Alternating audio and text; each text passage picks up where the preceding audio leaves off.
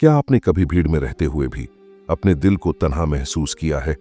क्या इबादत करते हुए भी दिल सुकून से खाली रह गया है?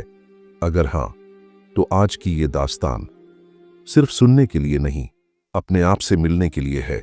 आज हम आपको ले चलेंगे बगदाद की उन गलियों में जहां नफ्स टूटता है और रब से रिश्ता जुड़ता है। ये कहानी है इल्म के गुरूर से इखलास की राह तक की। ये दास्तान है खुद को मिटाने की, ताकि अल्लाह से जुड़ा जा सके। आज की सूफी तालीम में आप सुनेंगे गौसे आजम रहमतुल्लाह अलैह की वो नसीहतें जो दिल को हिला देती हैं और रूह को जगा देती हैं।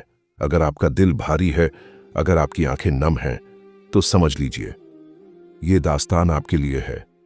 सुनिए, क्योंकि कभी कभी एक नसीहत पूरी जिंदगी बदल देती है। रात बगदाद पर उतर चुकी थी। चांद अपनी आधी शक्ल में था, जैसे खुद भी किसी सवाल का जवाब ढूंढ रहा हो। गलियों में सन्नाटा था, मगर दिलों में शोर। उस रात एक नौजवान करवटें बदल रहा था। उसकी उम्र कम थी, मगर सोचें बूढ़ी हो चुकी थीं। वह इल्म जानता था, कुरान पढ़ता था, नमाजें भी नहीं छोड़ता था, फिर भी दिल सूना था। उसने करवट बदलते हुए अपने सीने पर हाथ रखा और बुदबुदाया, या अल्लाह, अगर मैं तेरा बंदा हूं तो मेरे दिल में ये बेचैनी क्यों है? उसकी आंखों से आंसू नहीं निकले, और यही बात उसे सबसे ज्यादा डराती थी। वह जानता था आंसू ना आना दिल के मर जाने की निशानी है। उसने सुना था बगदाद में एक दरिया बहता है, किल्म का, तसव्वुफ का, जिसका नाम है हजरत शेख अब्दुल कादिर जिलानी। गौसे आजम लोग कहते थे, जो उनके पास गया खाली नहीं लौटा।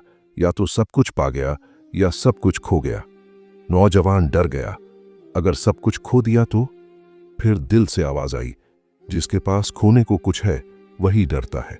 सुबह की अजान से पहले ही वह उठ खड़ा हुआ, वजू किया। दिल कांप रहा था। वह गौसे आजम की खनकड़ा की तरफ चला। हर कदम भारी था, जैसे नफ्स पीछे से पकड़कर खींच रहा हो। मत जा, तू बहुत कुछ जानता है, तू दूसरों से बेहतर है। वह रुक गया।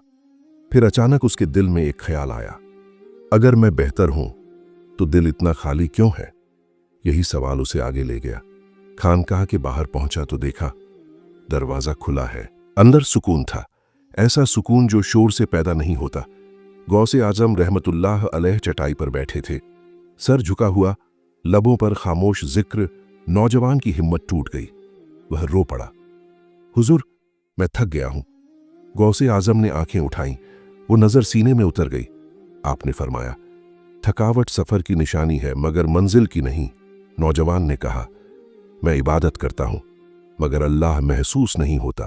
गौसे आजम ने हल्की सी मुस्कान के साथ पूछा, जब तू इबादत करता है तो सामने कौन होता है? नौजवान बोला, अल्लाह। आपने फौरन फरमाया, झूठ मत बोल, सामने तू खुद होता है। ये सुनकर नौजवान कांप गया। गौसे आजम ने फरमाया, जिस इबादत में मैं जिंदा हो वहां अल्लाह कैसे आए? नौजवान की आंखें झुक गईं। उसने पहली बार महसूस किया, उसकी नमाज में सजदा था, मगर झुकना नहीं था।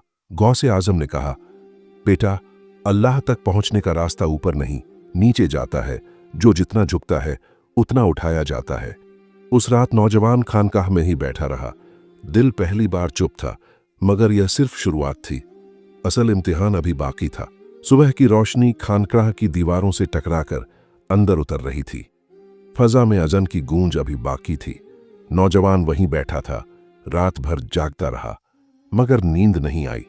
उसके अंदर कुछ टूट रहा था और कुछ जिद करके बचना चाहता था। मैं गलत नहीं हो सकता, ये आवाज उसके अंदर बार बार उठती। वह खुद से बोला, मैं इल्म जानता हूं, मैं हराम हलाल समझता हूं, मैं दूसरों से बेहतर हूं। लेकिन फिर उसे गौसे आजम का कल का सवाल याद आ गया, इबादत में सामने कौन होता है? उसका दिल कांप गया। सुबह के बाद वह फिर गौसे आजम रहमतुल्लाह अलैह की खिदमत में पहुंचा। इस बार वह रोया नहीं, इस बार वह सोच रहा था। गौसे आजम ने उसे देखा और फरमाया, आज तेरे चेहरे पर सवाल नहीं, दलीलें हैं। नौजवान चौंक गया। हुजूर, आपने फरमाया, जिस दिन बंदा सवाल करना छोड़ दे और खुद को सही साबित करने लगे, उसी दिन नफ्स तख्त पर बैठ जाता है। ये बात उसके सीने में चुभ गई। नौजवान बोला, हुजूर, इल्म भी तो अल्लाह की नेमत है, गौसे आजम ने बहुत सख्त नजर से देखा, फिर फरमाया, हाँ, मगर वही इल्म अगर तुझे झुका न सके तो समझ ले, वह इल्म नहीं, तेरे नफ्स का हथियार है। ये सुनते ही नौजवान का चेहरा उतर गया। आपने आगे फरमाया, शैतान भी आलिम था, मगर सजदा न कर सका, क्योंकि इल्म सिर में था, दिल में नहीं। खामोशी छा गई। नौजवान की सांसें भारी हो गईं। उसने पहली बार महसूस किया, वह दूसरों को सिखाता रहा, मगर खुद को कभी नहीं तोड़ा। गौसे आजम ने जमीन की तरफ इशारा किया और फरमाया, बेटा, बीज अगर जमीन के ऊपर पड़ा रहे तो सड़ जाता है, और अगर मिट्टी में दब जाए तो पेड़ बन जाता है। फिर आपने उसकी तरफ देखा, तू अभी ऊपर पड़ा है। ये सुनकर उसका दिल बैठ गया। उसे लगा जैसे उसकी सारी पहचान छिन रही हो। लोगों की तारीफ, उसका इल्म, उसका घमंड, सब कुछ कांपने लगा। उसने कांपती आवाज में कहा, हुजूर, अगर मैं मिट गया तो मेरी पहचान क्या बचेगी? गौसे आजम रहमतुल्लाह अलैह ने फरमाया, पहचान वही सबसे बड़ा पर्दा है जो बंदे को अल्लाह से दूर रखता है। फिर आपने बहुत गहरी बात कही, अल्लाह को पाने के लिए कुछ बनना नहीं पड़ता, कुछ मिटाना पड़ता है। नौजवान की आंखों में आंसू आ गए, मगर वह उन्हें रोक रहा था। गौसे आजम बोले, रो मत, अभी तू टूटा नहीं है, तू अभी लड़ रहा है। और सच यही था। अगले कई दिनों तक गौसे आजम उसे खानकाह के छोटे छोटे कामों में लगाते रहे, कभी झाड़ू, कभी बर्तन, कभी जूते। नौजवान का नफ्स चिल्लाता, ये काम तेरे लायक नहीं, लोग क्या कहेंगे, तू इल्म वाला है। वह झाड़ू लगाते हुए रुक गया, हाथ कांपने लगे। गौसे आजम पास आए और फरमाया, जिस हाथ से झाड़ू उठाने में शर्म आए, वही हाथ दुआ में वजन नहीं रखता। ये बात तीर की तरह लगी। उस रात वह अकेले बैठकर रोया। पहली बार बिना आवाज के उसे समझ आने लगा, असल जंग बाहर नहीं, अंदर है। एक दिन उसने कहा, हुजूर, मेरा दिल सख्त है। गौसे आजम ने फरमाया, दिल सख्त नहीं होता, नफ्स मोटा हो जाता है। फिर आपने नसीहत दी, नफ्स को मारना तलवार से नहीं होता, उसे भूखा रखना पड़ता है, तारीफ से, शोहरत से, अहमियत से। नौजवान की रूह कांप उठी। उसे समझ आया, वह जिस इबादत पर घमंड करता था वही उसे रोक रही थी। उस रात उसने पहली बार अल्लाह से कुछ नहीं मांगा, सिर्फ कहा, या रब, मुझे मिटा दे। और उसी लम्हे उसके सीने से एक आह निकली जो दुआ बन गई। अब वह नौजवान पहले जैसा नहीं रहा था, चेहरा वही था, मगर अंदर कोई और चल रहा था। वह अब सवाल नहीं करता था, दलीलें नहीं देता था, बस चुप रहता था। और यही चुप्पी नफ्स को सबसे ज्यादा चुभती है। दिन खानकाह के कामों में कटते, रात सजदों में, मगर इस बार सजदों में आवाज नहीं होती थी। कोई लंबी दुआ नहीं, कोई शिकवा नहीं, सिर्फ खामोशी। एक रात वह सजदे में गया तो उठा ही नहीं, आंखों से आंसू बहने लगे, बिना सिसकी, बिना आवाज। वह रो नहीं रहा था, वह पिघल रहा था। उसके दिल में पहली बार यह एहसास उतरा, मैं कुछ भी नहीं हूं। और यही एहसास सबसे बड़ा खजाना होता है। सुबह गौसे आजम रहमतुल्लाह अलैह ने उसे देखा। आप रुक गए, फिर बहुत धीमी आवाज में फरमाया, आज तेरे कंधे हल्के लग रहे हैं। नौजवान ने सर झुका लिया, लब कांपने लगे। उसने कहा, हुजूर, अब कुछ बचा ही नहीं जिस पर घमंड करूं। गौसे आजम की आंखें नम हो गईं। आपने फरमाया, मुबारक हो, अब तू फना के दरवाजे पर है। नौजवान ने कांपते हुए पूछा, फना? गौसे आजम बोले, फना मतलब अपने होने को भूल जाना, और जो अपने होने को भूल जाए वही रब के होने को पा लेता है। ये सुनकर वह जमीन पर बैठ गया। उसे याद आने लगे अपने पुराने दिन, लोगों की तारीफ, अपना इल्म, अपनी पहचान। अब वे सब बहुत दूर लग रहे थे, जैसे किसी और की जिंदगी हो। उसी दिन गौसे आजम ने उसे अकेले में बुलाया। दरवाजा बंद था।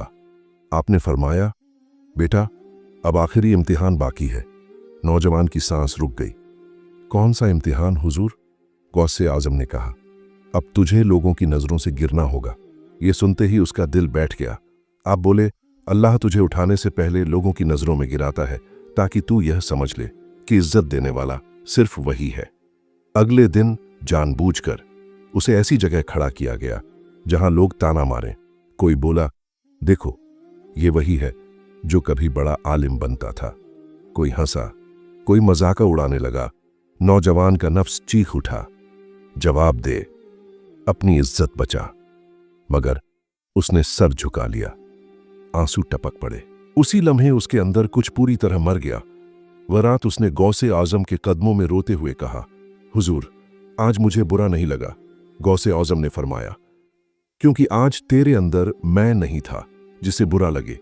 फिर आपने वो नसीहत फरमाई जो सदियों तक जिंदा रहने वाली थी। जिस दिन बंदा अपनी बेइज्जती पर सब्र कर ले, उसी दिन अल्लाह उसकी इज्जत अपने जिम्मे ले लेता है। उस रात नौजवान ने एक अजीब सुकून महसूस किया। दिल खाली था, मगर भारी नहीं, जैसे कोई बोझ उतर गया हो। सजदे में गया तो पहली बार ऐसा लगा कि कोई सामने है, कोई सुन रहा है।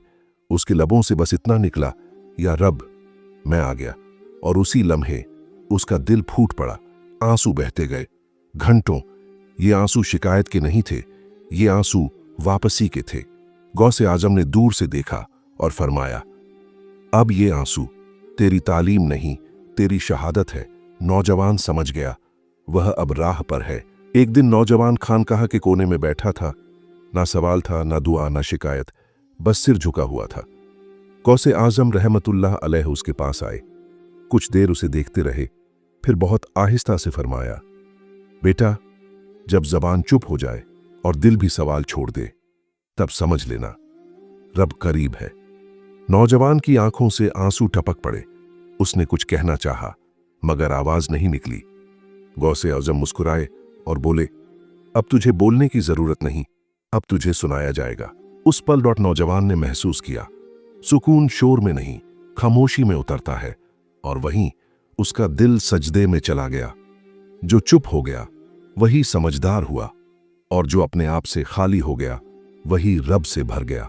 अगर आज की इस दास्तान ने आपके दिल के किसी कोने को छू लिया हो, अगर कहीं ना कहीं आपने खुद को इसमें पाया हो, तो समझ लीजिए ये अल्फाज यूं ही नहीं थे। याद रखिए, अल्लाह तक पहुंचने के लिए बड़ा बनना नहीं पड़ता, झुकना पड़ता है। जो अपने नफ्स को मिटा देता है, उसे अल्लाह अपने करीब बुला लेता है। अगर ये दास्तान आपके दिल में सुकून लाई हो, तो इसे उन लोगों तक जरूर पहुंचाइए जिनके दिल आज भारी हैं। वीडियो को लाइक कीजिए, शेयर कीजिए, और हमारे चैनल सूफी तालीम को जरूर सब्सक्राइब कीजिए। दुआओं में याद रखिएगा, और अल्लाह से यही दुआ है कि वो हमें अपने नफ्स से आज़ाद करे और अपनी कुर्बत अता फरमाए। अल्लाह हाफिज।